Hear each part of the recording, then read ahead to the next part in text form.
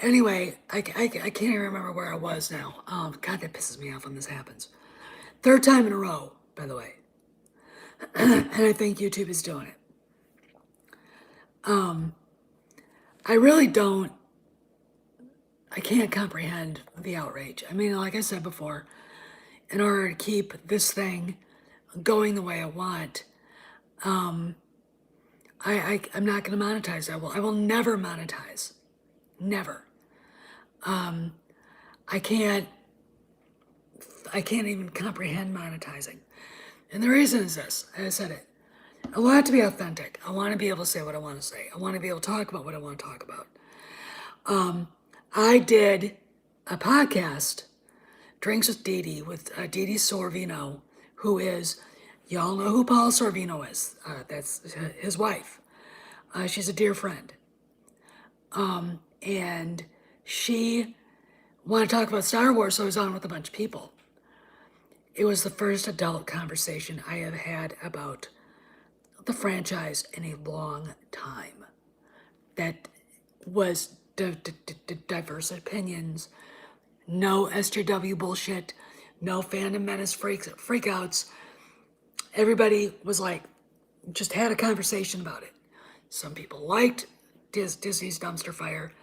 I explained why it doesn't fit in universe, and it was really great, right? Why can't we do that? Why does everything have to be all the time? I don't get it. And then you go into and you're seeing people who are younger than the age of, maybe even in their 60s, attacking older actors and being just fucking ageist assholes. I am so sick of that. You know what? I'll tell you something. My dad was World War II veteran. All right. My mom, Rosie the Riveter. They had 9 kids. There were 2 miscarriages. So there would have been 11. All right. I was the youngest. There's literally 2 generations of children that are my brothers and sisters before I was born. I was born in 68. Okay. If anybody had given me shit, what's brutal, Bobby? What? If anybody had given me shit or my siblings shit about our parents being older, they would have gotten their asses kicked. Not kidding. Okay. My mom and dad were basically the same age as a lot of the people in school's parents. So I used to, that's your grandfather. No, it's not, dumbass. It's my dad. I mean, there it is, right there. Okay, there it is.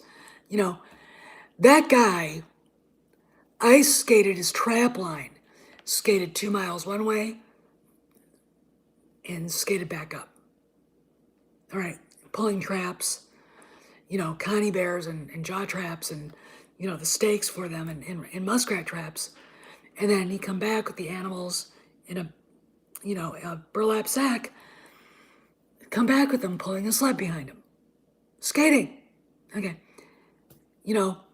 I don't see a lot of these obnoxious little brats being able to do that. And I'm talking about Phantom Menace and SJWs. I mean, we have a generation.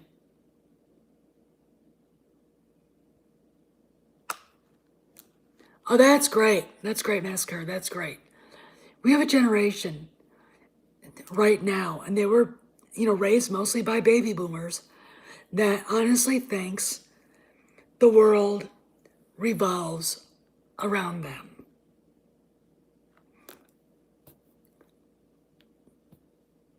No, it doesn't. It doesn't revolve around them. Okay, it doesn't. No. It doesn't revolve around them at all. So, I don't understand a lot of this. I don't understand how you could live in a world and think that. And then, they're faced with, You know, as I said before, yeah, they are. Before the original live feed got interrupted, that you know, Harrison Ford rides a bicycle everywhere. He walks everywhere. He plays tennis. He goes to the gym. The people criticizing him, and I'm looking at a lot of them, couldn't walk across the street without having a fucking heart attack. And they're in their 20s. Okay? They're in their goddamn 20s. And nothing bad. Hey, Mad, how you doing? Hey, Demanjanai. And nothing bad has ever happened to them. But they have the balls to say shit about him. No, of course he doesn't put up with bullshit. That's why Shia LaBeouf isn't going to be in Indy 5. I want him in there. I mean, you know, but we have them in our own fandom, Bobby. Go look at some of the comments that fandom menacers are making about the fact that Harrison Ford is going to be 79 when the movie starts. And I'm going to be really, really honest. The people that are doing it are flabby, fat fucks, probably with cholesterol issues, and they're in their goddamn 20s. Okay, they're in their, you know, it's like, you need to shut up right now. You need to shut up right now. Go look at yourself in the mirror, all right? I mean, these are people who won't live to their 50. All right, this is how, I mean, but hey, you know, it's unbelievable, you know? And so we got this Phoebe Waller Bridge, and she played a droid that we didn't like. Okay. Well, Massacre, you should say, hey, you want to go for a run? We'll see how far you go. Like my husband said, he came back from a battalion PT run, and he was like, I was running circles around them. They're Marines. This was back in 2004, 2005. Okay. And it's worse now. All right. I mean, I've had generals tell me they're worried about the fitness of American youth, because they get these kids that come in and they're massively overweight, and they're like, we can't use you. You're a fat fucking fuck. Okay? And yet there they are. He's old. Grr. And I'm like, you know, who the hell do you think you are? When I've got some girl screaming at me about me mocking Daisy Ridley, well, yeah. All right, yeah, I understand that, because my husband was the head of Marine Corps, basically enlistments and retainment, and he had to go. Oh, I know. I don't know if he is or not, Piranha. And he had to go back to Korea to talk to the enlisted guys about assignments and what they could expect from the next year, because when you PCS, you go to another post, you go to another assignment. And it's stressful, it sucks. I've done it a lot. I hated it. The only cool thing about it is you actually got to go to a new place, except for when we went to Korea. I was like, I don't want to be here. The longest 2 years of my life. And he was out running and hurt his foot. Gets back, it's a stress fracture on the top of his foot. But I'll be damned, that guy didn't, complete that run and do other things. But he was in pain when he got back. But I guess my problem is, for all the people that hadn't been listening, I know it's been a slow news week. No more new Gina news. Rumors a little bit. Doomcock dropped a doozy of a story, and actually intimated he'd heard it from several different sources. So I'm like, if you've heard it from more than one, it's probably something to look into. Okay, that's how the CIA gathers intelligence. Okay, that's how MI5, MI6, and, the Mossad. Oh, ouch, ouch. Gather intelligence. And lots of times. But I'm not going to talk about it because, oh yeah, I know, Mad. I know. The last one was the best one because we were moving to this house that we bought, and the guys were really professional and did a really good job. A really, really, really good job. And, that whole retirement thing actually went pretty smoothly.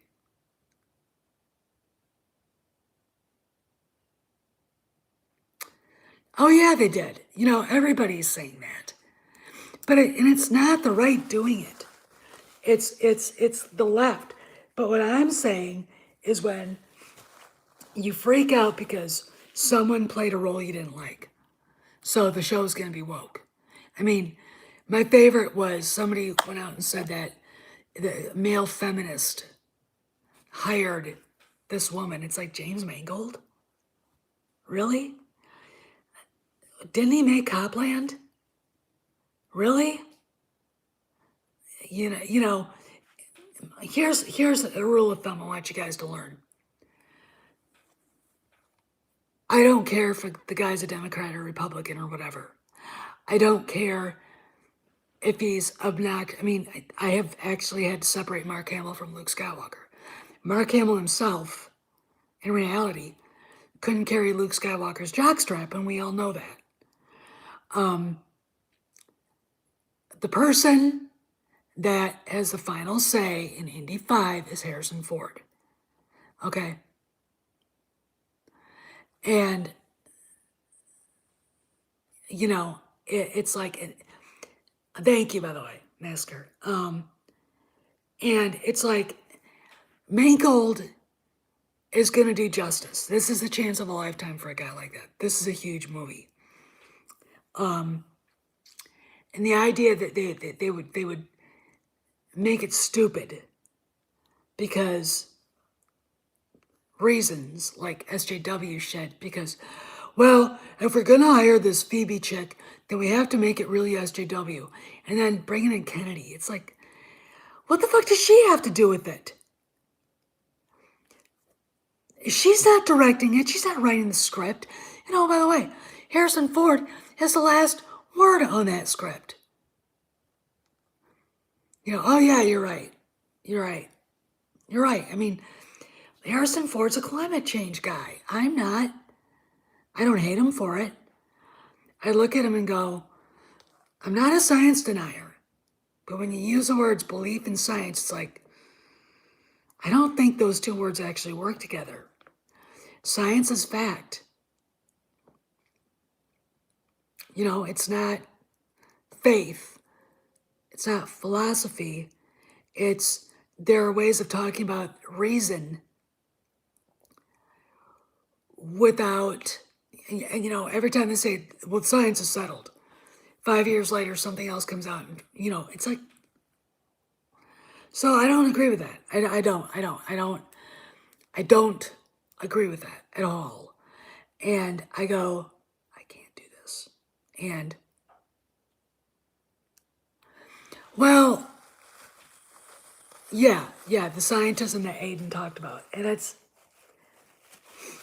an adherence to something, in my opinion, that you have to know is going to come, it can be changed. I mean, the things we knew about, like the universe, astronomy, stars, planets, quasars, radio waves, x-rays, whatever, that we knew 50 years ago are vastly different now. because we're able to measure things. We have these telescopes that are in orbit, taking the clearest pictures we've ever had of everything that's out there. And things change. Uh, the laws of physics are the laws of physics, but science itself is never really settled. Okay, there are things we don't know about our own brains. Why do we only use 30% of them? Percent of what's up here. Think about it. Why?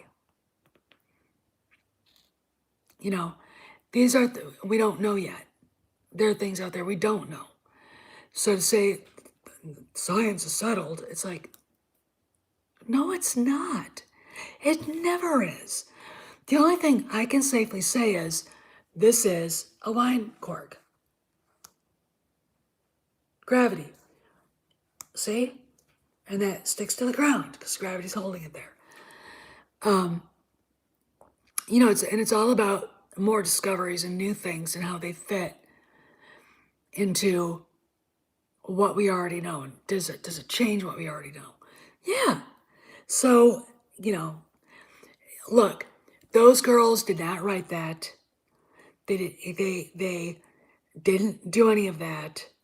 It was that Michelle Buckman and the assumptions that the blog came up with are absolutely ridiculous and stupid and wrong, and we all know that. And the same goes for screaming about Mangold wanting Waller-Bridge to be in Indy 5. I mean, how do we know? She could be the villain. Okay?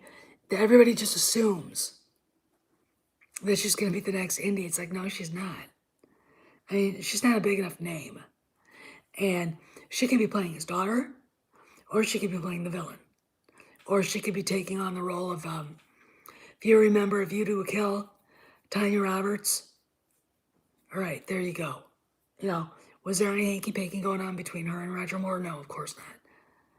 She was just the cotton, the eye candy for the movie. All right. I don't know. I mean, yeah, you can. I do that a lot because I'm the queen of whatchamacallit, typos. Anyway, you know what I'm saying? So I'm really I'm bored with the outrage. It's a very long video. She's got other ones too that are quite interesting. I really want to see Andre and Tom interview her on Midnight's Edge. I think that that's where an interview like that would go. I think they're intellectual enough to have her on there. I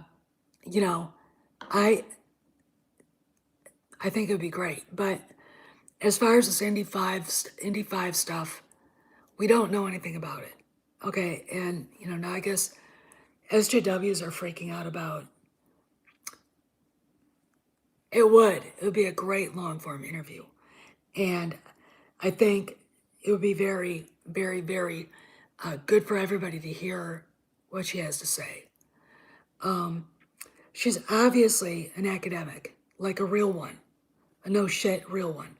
Michelle Buckman is basically a web expert who isn't an academic. She's a Raylo and I mean, how can you be homophobic if you hate Raylo? I didn't know that was a gay relationship. Am I missing something? How can you be a misogynist or have internalized misogyny, or the other girls, and hate Raylo because it's abusive? I mean, I brought this up on that podcast, and Dee Dee was like, I don't want to hear it. It was abusive. I don't want to hear it. And she's right. But I'm like, they think it's great.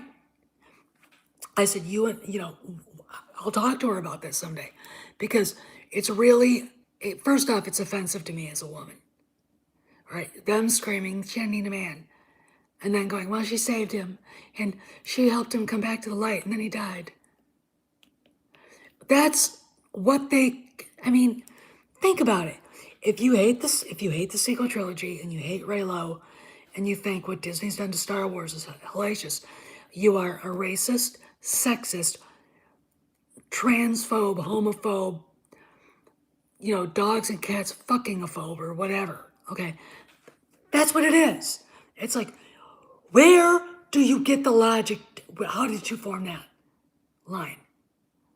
And it's their safe space. I don't like the sequel trilogy because it sucks. You're a blah, blah, blah, blah, blah. No intellectual. No intellectual give and take. I mean, think about what a miserable girl you'd have to be to think Reylo is great. Think about it. All right. I am literally, I get appalled by all this. There's no correlation. There isn't. I mean, it's illogical to think any of this. I get appalled by all of this. And the fact that not only Lucasfilm encouraged it, I mean, encourage people who don't buy merchandise, so they can get their way. It's like no one wants this. None of the fans that buy stuff. I'm waiting for my Ahsoka to arrive, by the way. And maybe she did, and it's just sitting out there. No one wants this. No one needs it. I'm literally at a loss for over a lot of this. And I look at the internet and it's a conduit for anger that shouldn't exist. But again,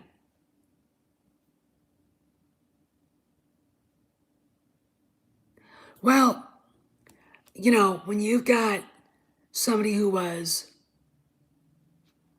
I bought it, I was looking for another figure. I had to pre-order Asajj Ventress. She's not here in the United States yet. And she won't be here till June, which I'm like, I want my Asajj. But so I got Ahsoka, and she'll just be up there. I mean, I'll just stick her with the other Jedis. I mean, it'll be interesting to see that figure, but I've got so many. And like I said, if I could figure out how to afford Hot Toys, I would get the Han Solo Empire Strikes Back one and the Leia Empire Strikes Back in her dress in a heartbeat. I want those two. And I'd love to get a really good, or I'd love to have someone make me. Yeah, I've got Plo Koon, Kit Fisto, Mace Windu. I'm hoping they come out with Ki-Adi-Mundi and the rest of them. And I got Yoda. But,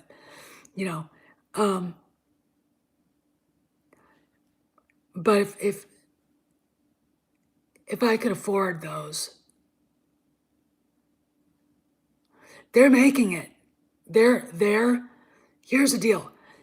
She's on pre-order, so see if you can get one. Go look it up.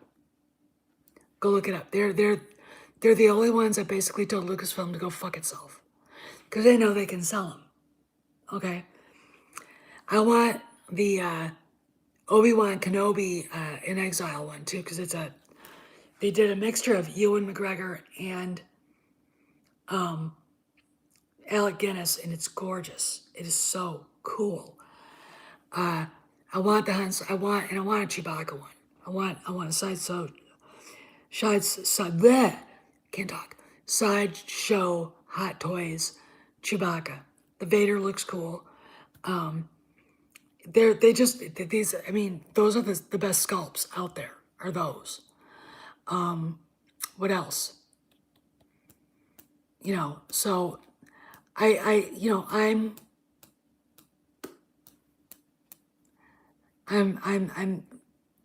like with this outrage, I'm like, and, and, you know, you guys, and it's because it's a slow week.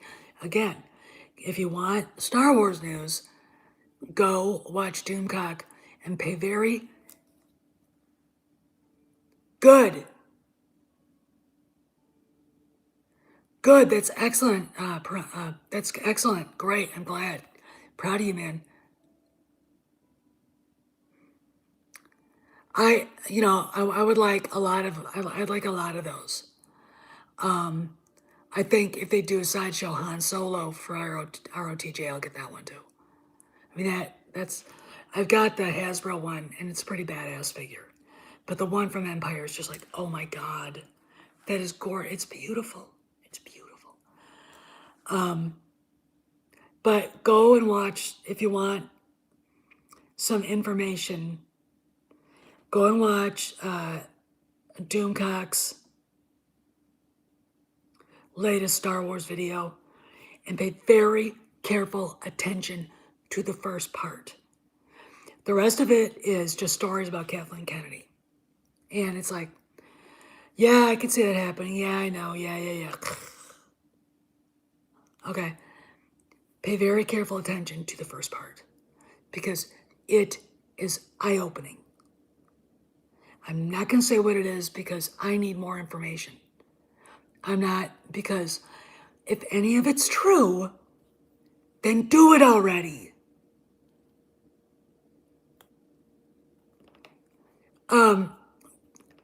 Because he's a white male and an alpha male, and he's hot, and a lot of these fucksticks grew up in the 80s, and Harrison Ford was, oh yeah, he is Piranha. A lot of these fucksticks, grew up in the 80s and 90s, and Harrison Ford was the guy. And, I gotta tell you something. Sexy alpha males that women want are a threat to feminists. It's not that. They hate, again, sexy alpha males that are attractive to women. Okay? And I gotta tell you, man, Harrison Ford was the definition of that. I mean, I've had friends who have met him back then, and they were like, I've never seen a more beautiful man in my life. And he's not pretty. He's not like, back then, way in the Wayback Machine, back in 77, Mark Hamill got a lot of love because he was like the teen idol. And Harrison was already in his early 30s. And I was like, I was 9. I was like, I love that. That's for me. That's for Steph. And they hate that. They hate it. They sexy white alpha male is a threat because their girl parts get tingled. And the guys all feel insecure. Okay? That's the problem. That's it. It's a problem. They do it to Billy D. Williams because he threatens them. All right? Colt 45, Mr. Smooth. They do that to, they do it to Mark Hamill, and he's about as, they hate Sean. They hate Connery. They hate him. I'm sure if they knew who, William Holden was, they'd hate him. I'm sure if they knew who Steve McQueen was, back in the day, Robert Shaw, Christopher Plummer was quite the handsome man. All these guys. And, but back in the 80s and 90s, Harrison Ford was the dude. I mean, he was the guy. And when he got recognized, there's a story about him in one of the magazines, because I collect entertainment magazines and stuff like that, I believe in preserving history. And if you got an interview with someone like him, you keep it. Anyway, he was having lunch at a hotel with his wife Melissa and somebody else. Phone call. The maitre d' is standing there going, a phone call for Harrison Ford, and all of the eyes start looking around for him. He's like, he had to get up and get the phone. He's like, I can't, you know, because then it's a frenzy. Then all the girls, oh, can I get a picture with you? Oh, can you sign my napkin? You know, it's like, oh God, can I just touch you? Ugh. You know, but back that, I mean, that was, you know, a guy I know. Oh, Clint is great too. I mean, they hate him too. A guy I know was in New York and they were filming regarding Henry. Oh, he was. I mean, yeah. McQueen was an alpha male, and there's a gathering, a crowd around of fans, and he walks over to see what's going on, and they're filming a scene in regarding Henry, and Harrison Ford is standing there talking to the fans. So he walks over and starts talking to him, and he said, "The man had the best head of hair I've ever seen in my life." And he said, and his hands are huge. My friend Chrissy, whose husband actually was a body double for Sean Connery in Dr. No, they used to, Nick and Harry used to race snowmobiles in Jackson. And she said he's the coolest guy you'd ever want to meet. And again, talking about how big his hands are. I mean, he's a big man. And it's like, I don't really need to hear that now. I mean, I've had a sibling actually at the Cowboy Bar, which is a big hangout place in Jackson Hole, with his wife. They were on their anniversary trip from Rock Springs. They're sitting there at the bar drinking beer and talking. They were going to go out to dinner. Had reservations at some swanky restaurant. This guy in a baseball cap walks up. And Dan's like, he's looking over shoulder, his ex-wife's, she's his ex-wife now, shoulder going. And all of a sudden, he's like, Linda's like, what? And he goes, I think Indiana Jones is standing behind you. And Lynn was a very beautiful blonde woman, very. She turns around and looks, and it's Harrison Ford. He noticed that he got recognized. And he kind of looks at her, and he wasn't being a jerk or anything. But the look on his face was like, please don't act like you recognize me. And it was, Lynn was like, Steph, because it was back in 87 before I got sick, the summer before I got sick. And they called up right after it happened. They found a phone booth and were like, oh my God. And so they didn't really say anything. They just kind of like, wow, you know. And Lynn is on the phone going, Steph, I just saw Harrison Ford, blah, blah, blah. And I'm like, I fucking hate you. I hate you. You know, because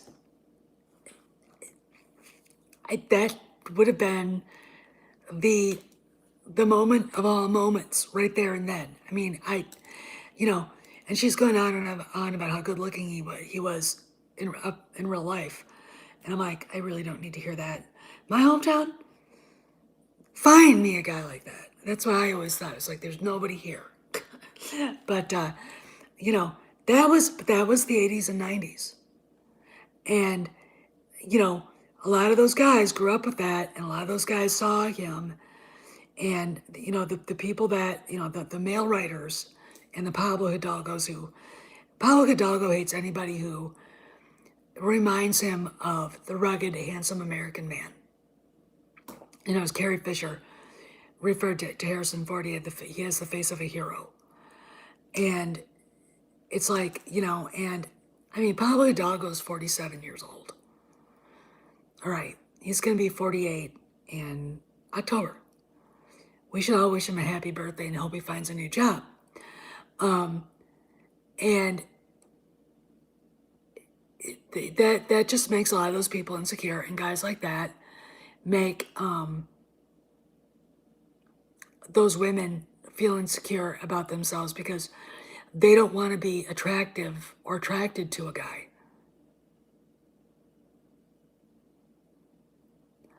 Oh, they were just in shock. And it was really funny is when my sister Joan found out. She was like, I was there and Arnold Schwarzenegger went past me and said, "Excuse me," and I heard this voice and I was like, she's like, he's not very big. I'm like, and then she said, I also saw Sylvester Stallone there. I'm like, Stallone? Yeah. And, you know, they were there back then all the time. And it's really, really interesting to me how, you know, that just happened. The reason why a lot of those guys chose Jackson over Aspen is because the moment Rocky Mountain High came out and John Denver, God bless his soul, started talking about Aspen, living in Aspen, all the stars went, let's go to Aspen.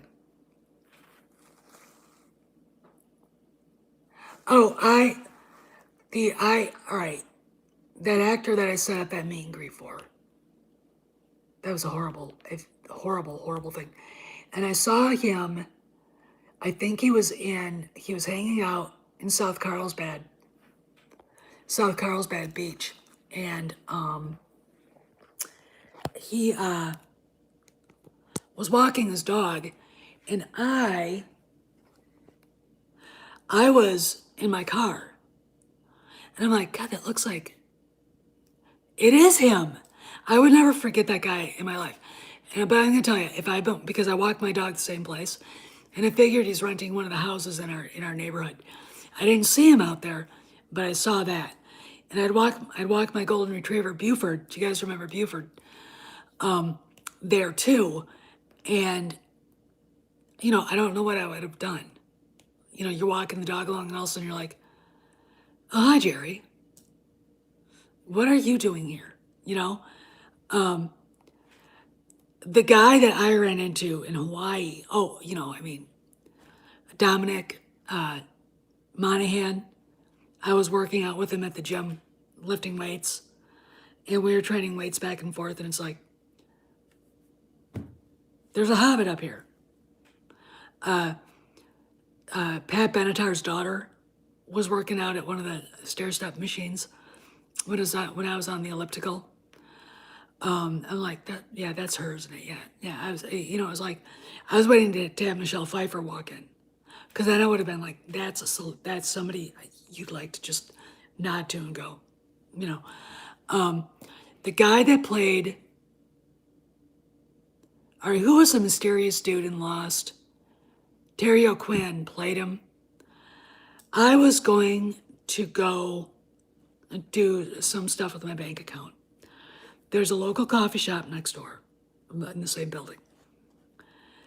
And it was a breezy day. We lived on the windward side of the island on Oahu, because that's where, lock. And it was a breezy kind of, the ocean clouds coming through. Yep, John Locke. And there's a guy sitting there at the table, cup of coffee, reading the newspaper. Part of the newspaper flew off and landed at my feet. Gathered him up, walked over and said, "There you go, sir." He's wearing sunglasses, but it was Harry O'Quinn. I'm like, so when I got back that afternoon, I had to go do a thing with a bunch of the families. My husband and I had to. And we're sitting there, and I'm telling the girls that, and they were all lost, crazy. Oh my God, I should have kept my mouth shut, because they went out stalking that poor man. I'm like, oh my God, why did I say anything? I felt bad for him. But yeah, that was one I met. But I haven't met anybody big. And like I told Dee Dee Sorvino, if I ever met Harrison Ford, I'd probably pass out. I would. I wouldn't know what to say. I mean, he has been my crush since I was 9 years old. I'd be like, my eyes be like this. I'm not kidding. Mark Hamill, I'd be like, "Hey dude, how you doing?" Carrie, I would have just said, "I need a hug." Just because she was one of the coolest people on the planet. And I miss her. In a way, I miss a family member. Actually, the coolest guy I ever met was the novelist Vince Flynn. If you ever want to read good thriller novels, read the ones he wrote himself. The Mitch Rapp adventures are continuing, but they're not as good without him. They took the guy who writes them, Kyle Mills, took Mitch in a direction he never should have. And the latest novel just looks stupid. I mean, if you've ever read them, there's a great, the best book is Consent to Kill. And this Saudi Arabian Wahhabist nutbag, billionaire. Oh, that's cool, Piranha. Wants to assassinate Mitch Rapp because the guy, I think he found out that he killed his nephew. His nephew was a terrorist. So they set up a thing where they have to go find assassins not attached to them. They hire this French guy and his wife.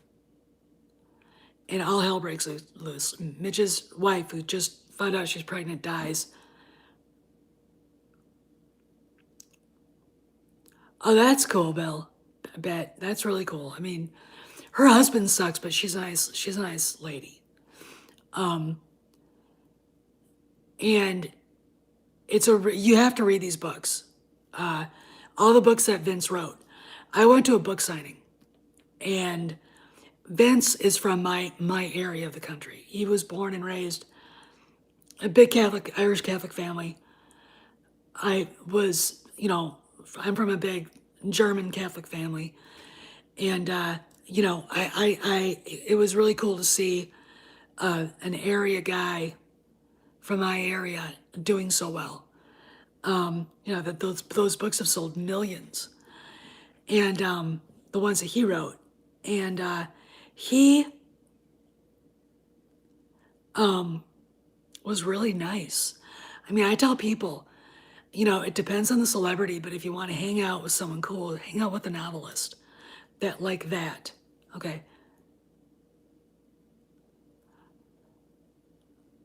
Oh, Billy D was probably tired. I mean, he's getting up there. He's 84, and I think he has to walk around with a cane now. He's a legend too. I mean, God, all the other movies he's been in. Those guys from that era never took themselves seriously. And the people who did were just, people just generally didn't like them. But there's a reason why guys like Billy D and Harrison get kudos. And the reason simply is they are good people. They're fun people to hang out with. They're cool. They're generous. And it's really funny. Mark Hamill on the set of a movie is a really nice guy. But, I don't think I could talk to him. And the reason is this. He would go and ask, what are your politics? And I'd say, I'm an unaffiliated voter. Because I am. Well, which way do you lean? Libertarian. Oh, Carl Weathers, yeah, Carl Weathers, those guys are all cool. Those guys are all just awesome. And yeah, now we're not talking about things that piss us off, are we? We're talking about cool people. That's what we should all talk about. Like who is cool that you met? All right, the coolest guy I've ever met is Vince Flynn. I mean, I'm not kidding. But I haven't yet met Harrison Ford. I've never met Carl Weathers. I haven't met Anthony Daniels. Sadly, I missed out on meeting Peter Mayhew. I would have loved to get a hug from the Wookiee. Carrie and I would have been everybody's worst nightmare. I mean, we'd have been hanging out. Because I can be pretty crass and uncouth. And then just add her to the thing and I'd be like, you know, I mean, well, we'll have to see. I mean, there's a lot going on. I've got a theory about, in fact, I kind of know why Obi-Wan was brought back to Los Angeles. England doesn't look an awful lot like Tatooine, does it? And it probably had to do with, what are we doing filming this here? Anthony Daniels? He seems like an okay guy. You know, you just gotta treat him like anybody else. You know, I mean, there are a lot of people I would love to meet that I know would be fun to meet. Like a lot of singers, like Debbie Harry would be fun to talk to. John Lydon would be a hoot. I mean, he would fucking be a hoot. That guy will say anything. And it's always going to be logical and succinct and piss, 90% of the room off. You know who I'd really like to meet? Kim Cattrall. And the reason why is this. I fucking hate Sarah Jessica Parker. I fucking hate her. And as a fan of Sex and the City, Kim has got my endorsement. Whatever went on, you did? Oh, that's cool.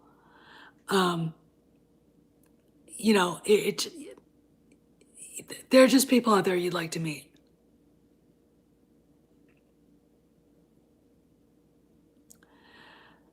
Well, they've got to do Tatooine because he doesn't leave. Oh, she is. She's a really neat lady. You know who else I'd like to meet, even though my husband did meet her, or actually was in her presence when he ripped her new asshole? Sharon Stone. The reason why is she came out and ripped cancel culture. And she seems like a pretty ballsy chick. That's why. But there are quite a few people I'd like to meet. I've got a dear friend who actually got helped out of a boat by John Wayne. And when she realized who it was, she almost peed her pants. She said he's huge. I mean, she said she's stuck there, she can't get out, and all of a sudden she heard, "Hey, little lady, need a hand up?" And she looks up, and there's this big man leaning down with a big hand, offering her help up, and she's like, "Sure, Mr. Wayne."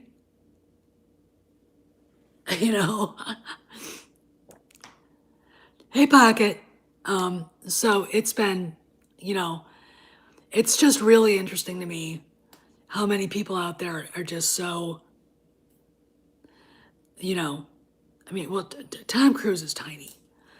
Harrison Ford is listed at 6'1", and that, I think, for an actor is about average height. But my friends who've actually met him, like my friend Chrissy knows him. I was like, he's bigger than he looks. What am I gonna say? Tom Cruise is like what, 5'6"? Teeny tiny dude. I think Matt McConaughey is about 6 feet. But they can't CGI height. Tom Cruise, that you'd be able to tell. Tom Cruise, I think uses things, implements out there to make himself look like he's the same height as other people. But here's how I knew Alden Ehrenreich was too short to play Han Solo. Look at his torso and look at his legs. It's all in proportion, but small, tiny. If you look at Harrison Ford, his legs are very long. Okay, he's got long, lanky. When he's younger, he's very long and lanky. Now,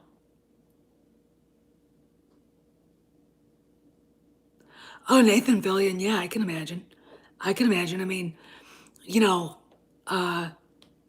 who else is really tall? Gerard Butler, 6'3". God, he's a dick. I don't. he did some things that I'm privy to that I wasn't impressed with, the way he handled them. Well, yeah, I mean, Alden Ehrenreich is a dwarf. He's a hobbit. Let's see, who else? I think, Matt McConaughey's at least 6 feet tall. What's his face? Bradley Cooper's over 6 feet. But you can, when you look at them, you can tell. Tom Cruise, you can tell he's short. Alden Ehrenreich, you can tell he's short.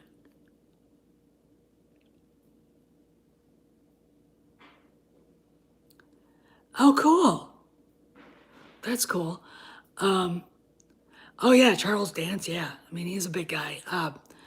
You know, but a lot of those guys, there was a generation of British actors, and I talked about this before, that were impeccable. Michael Caine, Robert Shaw, Oliver Reed, Sean Connery, Christopher Plummer, Commonwealth. He was actually Canadian, but tall and elegant looking and just, badasses. And, they don't, and what's really interesting is while we have, wussy little, tools like Ryan Gosling and the rest of these douchebags. Oh, that's cool, Green Man. That's cool. The Brits keep coming out with Tom Hardy and others, So, anyway, and I know for a fact that Russell Crowe is about 6 feet tall, but he's such an asshole, I don't want to talk about him. He was drunk tweeting one night on Twitter long years ago, talking about his village, and was just being a slob. And it's like, you're drunk tweeting. Stop it. Get off of Twitter. Christopher Lee was like, what, 6'5"? He was, what a charming man.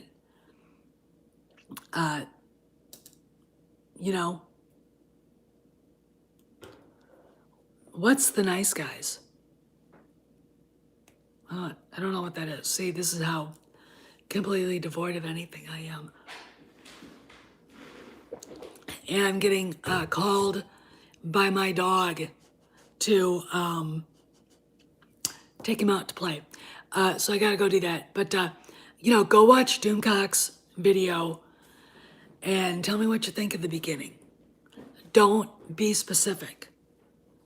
Yay or nay, what you think, and we'll leave it at that. Because he kind of dropped it in there and then didn't go back. So there's something definitely to this. And also, if you're having a shit fit over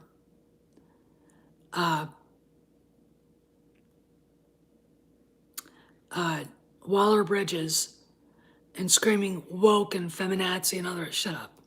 I don't have time for you. I'm done. Okay, I don't need to come up with things to be outrageous just so I can make a video. Why don't you guys talk about something fun? Like, who's your favorite actor? Why? Did you ever get to meet him? La, la, la. What's your favorite book? Did you ever get to meet the writer? Because right now it's really quiet.